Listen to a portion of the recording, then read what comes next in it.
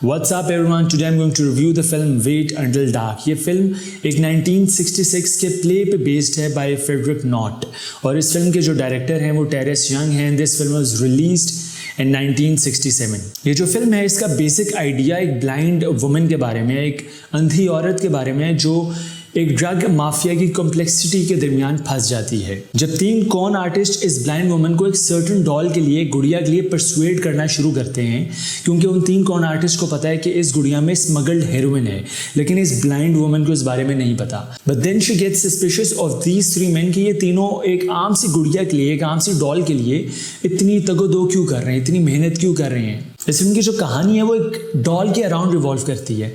इस blind woman का, इस अंधी औरत का जो हस्बैंड है वो एक फोटोग्राफर है और एक दिन वो एक सेमिनार अटेंड करके एयरपोर्ट से वापस आ रहा होता है तो एक स्ट्रेंजर, एक अजनबी औरत उसे ये डॉल पकड़ा देती है और वो ये डॉल लेकर वापस अपने घर आ जाता है। लेकिन फिर कुछ दिन बाद वो औरत इस फोटोग्राफर को, इस ब्लाइंड वुमन के हस्बैंड को फ़ोन करती है कि ये डॉल मुझे वापस चाहिए, लेकिन फोटोग्राफर उसे बताता है कि वो डॉल मुझसे गुम गई है। इसके लिए और इसकी फैमिली के लिए डॉल तो एक आम सी डॉल थी, लेकिन जो ड्रग माफिया उन्हें पता था कि इसमें स्मगल्ड हेरोइन है और अब उन्हें by all possible means they have to extract this doll out of this family. उन्हें इस डॉल को किसी ना किसी तरह इस फैमिली से लेना है। अगर कहीं गुम गई है तो उनसे पूछना है कि वो कहाँ है ताकि वो उसे ढूंढ सके। तो फिर हम देखते हैं कि तीन कॉन आर्टिस्ट मिलकर इस ब्लाइंड वुमन को, जो इस फोटोग्राफर की वाइफ है, उसे परसुएड कर रहे हैं so they can find a clue कि ये डॉल है कहाँ पे और उन्हें ये डॉल मिल जाए। इस फिल्म में बहुत ज़्यादा सस्पेंस है और क्योंकि ये फिल्म एक स्टेज प्ले पे बेस्ड है तो ये फिल्म को बनाया भी इस तरीके से गया कि एक स्टेज प्ले लगे। जो इस फिल्म का सेटअप है वो एक ही घर में, and the complete film takes place in one house. और जो सेटअप है और जो डिज़ाइन है इस कंप्लीट घर का और इस सेटअप का, वो ऐसे ही है जैसे किसी स्टेज प्ले का होता है, जिसमें एक सीन में एक कैरेक्टर आता है तो दूसरा चले जाता है, दूसरा आता है तो तीसरा चले जाता है।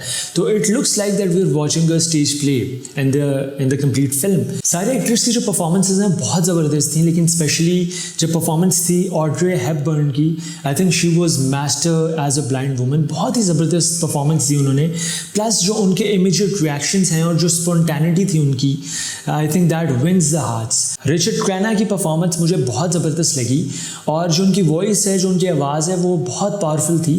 Plus he looks very good in the role of a con artist और वो एक ऐसे कॉन आर्टिस्ट का रोल प्ले कर रहे हैं who still has a little bit of human left in him.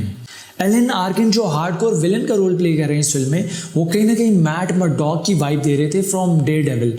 Obviously जो मैट मर्डॉक है वो कहीं ना कहीं हो सकता है इनसे इंस्पायर्ड हो, I don't know, maybe. Wait until dark एक सिंपल फिल्म है जिसकी कहानी, डायलॉग्स, सेटअप और परफॉर्मेंसेस बहुत स्ट्रॉन्ग है, बहुत ताकतवर है। और ये जो कहानी है ये एक ब्लाइंड वुमन, एक अंधी औरत के बारे में जो एक्स्ट्रॉर्डिनरी सिचुएशन में फंस जाती है और उसे अब इस सिचुएशन से निकलना है by using her brains and her instincts. Wait until dark is a classic film and I think it should not be missed. I am going to give wait until dark an A+. Thank you for watching this, and if you want to see more then click right here and I'll see you next time.